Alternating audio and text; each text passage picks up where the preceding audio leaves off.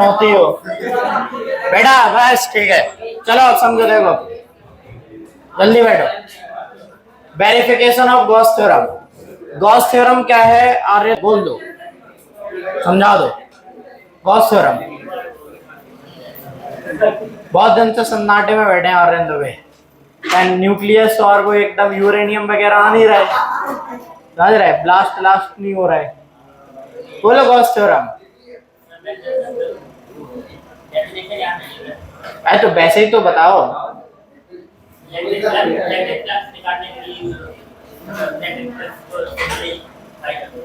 तो जो याद का है, जहाँ छोड़िए तो फॉर्मूला ही बता देते। कौन बताएगा गॉस थ्योरम? इतनी सिंपल सी गॉस थ्योरम नहीं आ रही तुम लोगों को? 4-5 हाथ उठे बस। अबे पालो रे के क्यों नहीं आ रहा है? किसके बराबर होता है ये?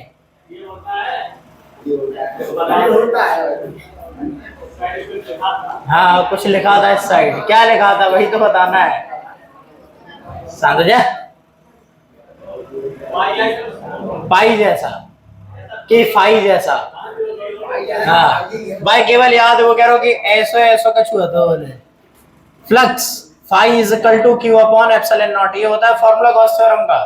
ठीक है, तुम्हें अगर स्टेटमेंट नहीं भी याद है तो तुम इस फॉर्मूला को के लिए याद रखे रहो। अगर 1 नंबर की डेफिनेशन है, फॉर्मूला लिख के आते हो तो भी मिल जाएगा नंबर। समझेगा?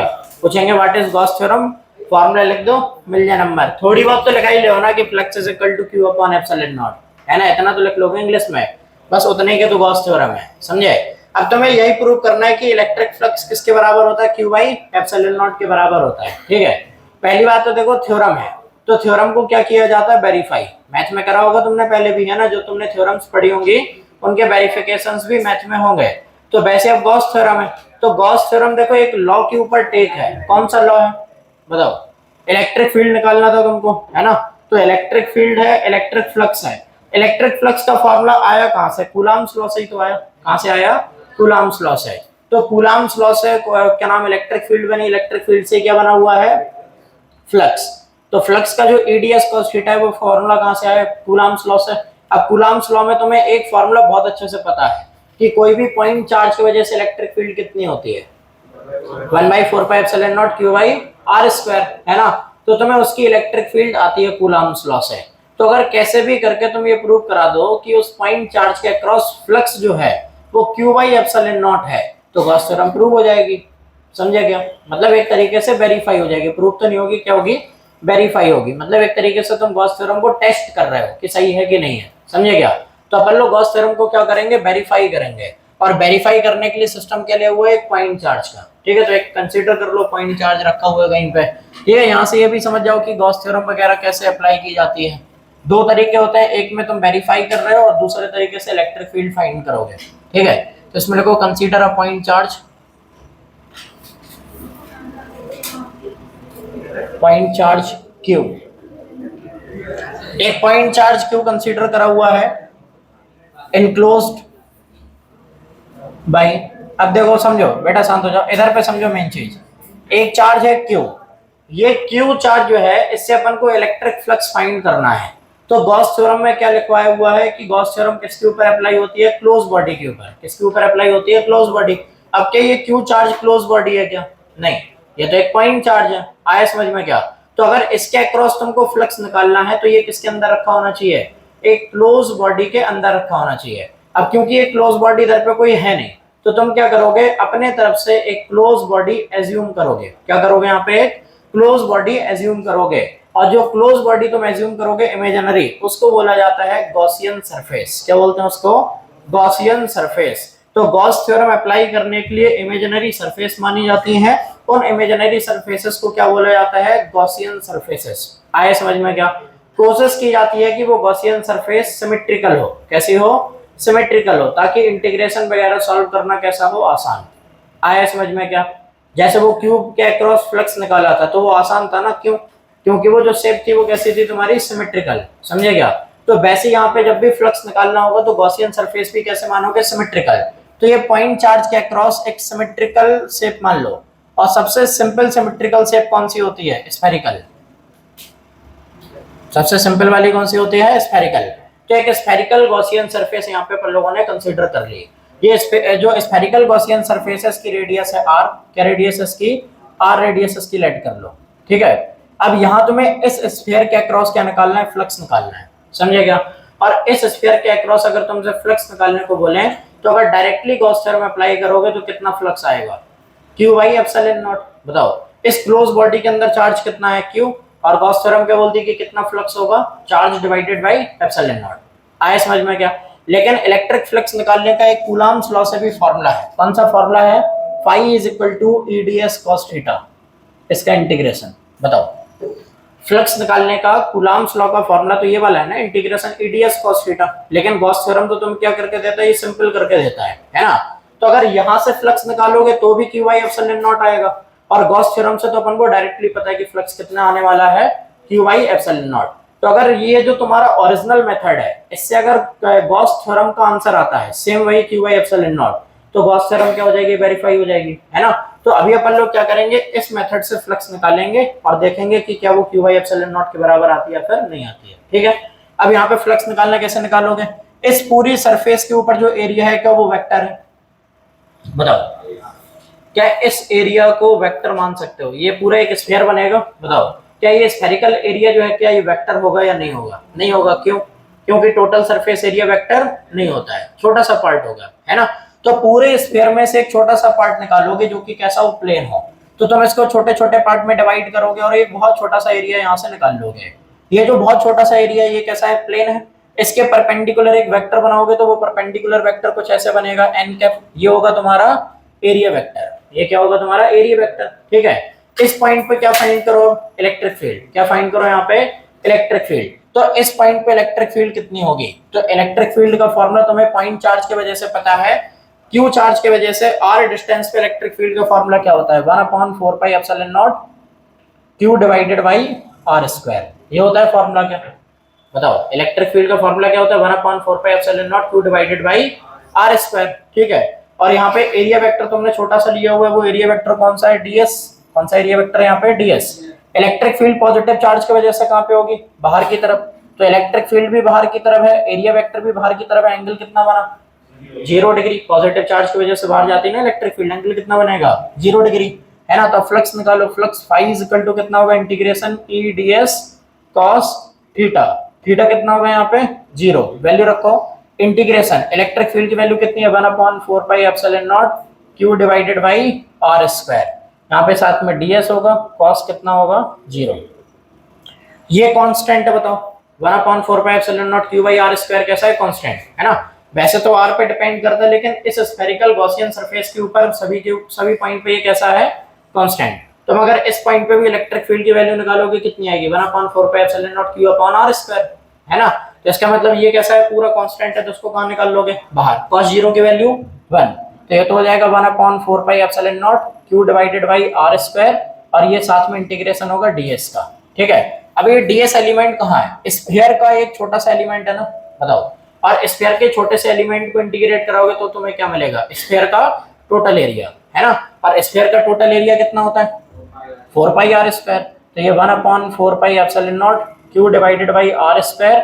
ds का इंटीग्रेशन कितना होगा? 4 पाई r square.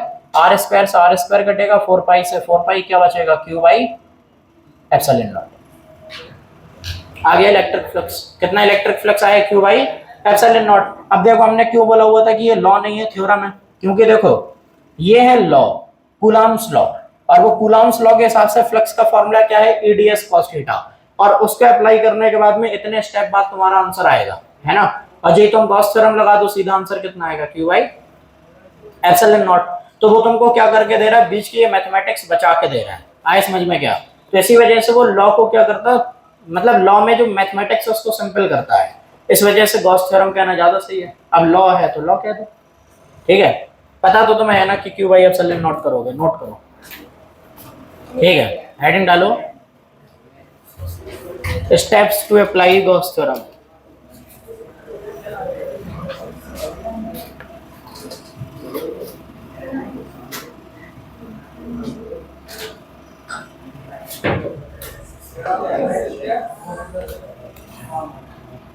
Steps to apply Gauss theorem. बेटा शांत हो जाओ। जिन तीन स्टेप के वजह से अपन लोग इलेक्ट्रिक फील्ड नहीं निकाल पाए तो उनके वजह से इलेक्ट्रिक फील्ड निकालेंगे। और कभी अगर मान लो अलग से कोई क्वेश्चन बन जाए जिसमें तुम्हें डेरिवेशन करना पड़े तो उसमें कैसे तुम गॉस थ्योरम अप्लाई करोगे वो तुम्हें समझना है। देखो सबसे पहला स्टेप क्या है कि consider a symmetrical Gaussian surface which encloses charge configuration।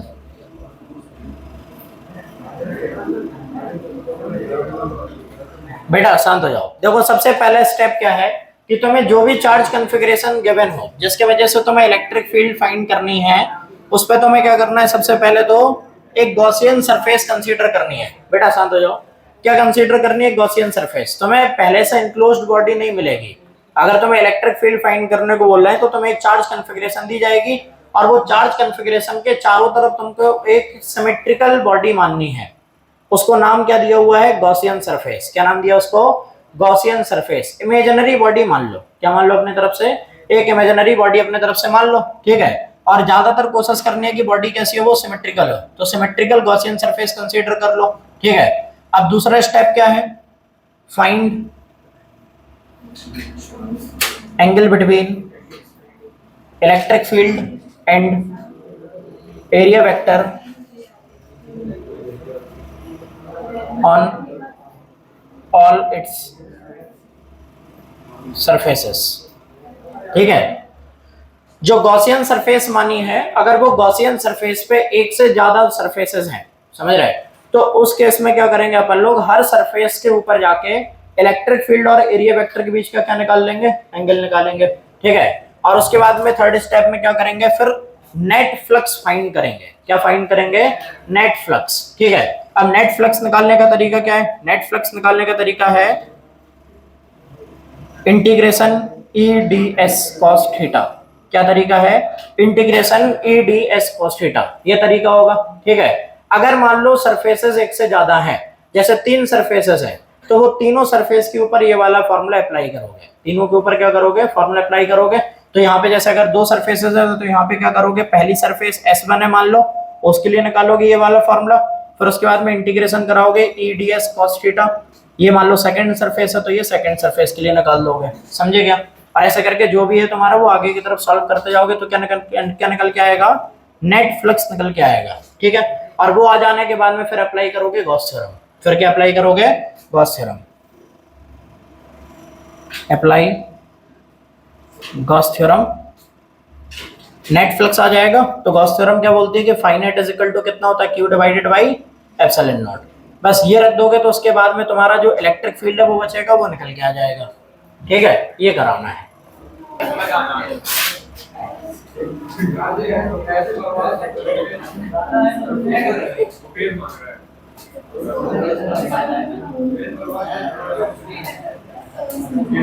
बेटा शांत हो जाओ। अच्छा एक काम कर रहा है, एक सबसे पहले सबसे सिंपल एप्लीकेशन की ले रहा है जो तुमको पता है। पॉइंट चार्ज की इलेक्ट्रिक फील्ड निकालना आता है ना? तो पॉइंट चार्ज की वजह से इलेक्ट्रिक फील्ड फाइंड कर ले रहा है। मान लो कि तुम्हें पॉइंट चार्ज की इलेक्ट्रिक फील्ड नहीं आती है, गॉस थ्योरम से निकालना है।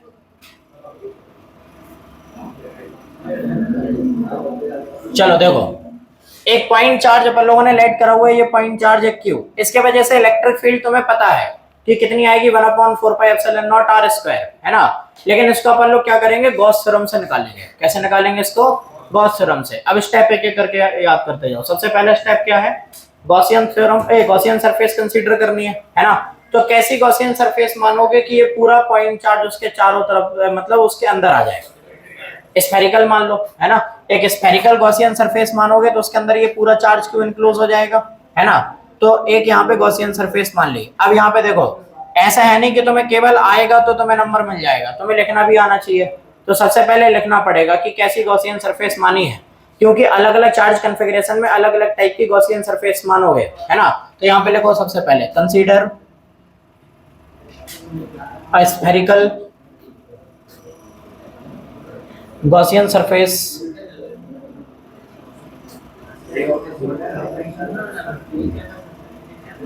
of radius r। ठीक है, एक गॉसियन सरफेस अपन लोगों ने लेट कर ली r रेडियस की। ठीक है, अब यहाँ पे क्या करो, एक छोटा सा एलिमेंट सरफेस का निकालो। ठीक है, और वहां पे क्या निकालो, एंगल।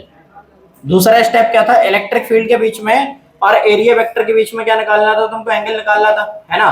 तो यहाँ पे कोई भी एक छोटा सा एरिया वेक्टर निकाल लो। ये छोटा सा एरिया वेक्टर निकाला, ये इलेक्ट्रिक फील्ड की डायरेक्शन होगी, इसी डायरेक्शन में तुम्हारा क्या होगा, एरिया वेक्टर। तो दोनों के बीच में एंगल कितना बनेगा, 0 डिग्री, है ना। तो theta is equal to 0 for every point. तुम कोई भी पॉइंट सरफेस के ऊपर लोगे, उस हर एक पॉइंट के ऊपर थीटा कितना होगा, 0 होगा। ये चीज समझ पा रहे हैं क्या। पॉइंट चार्ज की वजह से इलेक्ट्रिक फील्ड कैसी आती है, रेडियली आउटवर्ड। तो हर एक पॉइंट पे इलेक्ट्रिक फील्ड और नॉर्मल वेक्टर तुम्हारा कैसा होगा, पैरेलल। तो एंगल कितना बनेगा, 0। सेकंड स्टेप हो गया। अब क्या निकालोगे, नेट फ्लक्स। तो नेट फ्लक्स कितना होगा, phi net is equal to आएगा integration E D S cos theta. क्या होगा, E D S cos theta. Theta कितना होगा, यहाँ पे डायरेक्टली 0 रख दो। ठीक है, अब समझो, देखो इसके पहले जो हमने वेरिफिकेशन ऑफ गॉस थ्योरम कराया वो, और इसमें अंतर क्या है। इसमें तुम्हें इलेक्ट्रिक फील्ड पता करनी है, तो इलेक्ट्रिक फील्ड की वैल्यू तुम्हें नहीं पता। इसके पहले तुम वेरीफाई कर रहे थे, तो तुमने यहाँ पे इलेक्ट्रिक फील्ड की वैल्यू रख दी थी और इंटीग्रेशन सॉल्व कराया था, तो फाई कितना आ गया था, क्यू बाई एप्सिलॉन नॉट। अब उल्टा कर रहे हैं। अब क्या करोगे, इलेक्ट्रिक फील्ड पता करनी है, गॉस थ्योरम तुम्हें आती है, समझ रहे क्या। तो इलेक्ट्रिक फील्ड तुम्हें नहीं पता है, तो इलेक्ट्रिक फील्ड को लेके आओ इंटीग्रेशन के बाहर। ठीक है, तुम्हें ये पता है कि इलेक्ट्रिक फील्ड की वैल्यू कैसी है, कांस्टेंट इस पॉइंट पे, है ना। तो इंटीग्रेशन में इलेक्ट्रिक फील्ड कहां पे आ जाएगा, बाहर आ जाएगा। इंटीग्रेशन होगा किसका, डीएस का। तो डीएस का इंटीग्रेशन कराओ, कितना होगा, 4 पाई आर स्क्वायर। कितना होगा, 4 पाई आर स्क्वायर। ये चीज समझे क्या। तो फाई नेट कितना आएगा, E dot 4 pi R square. अब तुम्हें इलेक्ट्रिक फील्ड नहीं पता है, तो गॉस थ्योरम लगा दो। गॉस थ्योरम क्या लगाओगे, अप्लाई गॉस थ्योरम। अब यहाँ पे गॉस थ्योरम लगाओगे तो फाई इज इक्वल टू कितना होगा, क्यू बाई एप्सिलॉन नॉट। अब फाई तुम निकाल चुके हो, कितना है, phi net is equal to निकाला हुआ है ई डॉट 4 पाई आर स्क्वायर। तो ई dot 4 pi R square is equal to कितना है, क्यू बाई एप्सिलॉन नॉट। तो ई इज इक्वल टू कितना होगा, 4 पाई आर स्क्वायर डिवाइड करा दो, तो ई इज इक्वल टू आ जाएगा कितना, 1/4 pi epsilon naught Q divided by R square. ठीक है, ये आ गया इलेक्ट्रिक फील्ड। इतना सिंपल तुमसे बहुत मुश्किल है पूछा जाए, लेकिन लिखे रहना ताकि तुम्हें पता रहे सिंपल मतलब कि क्या क्या स्टेप्स हैं तुम्हारे।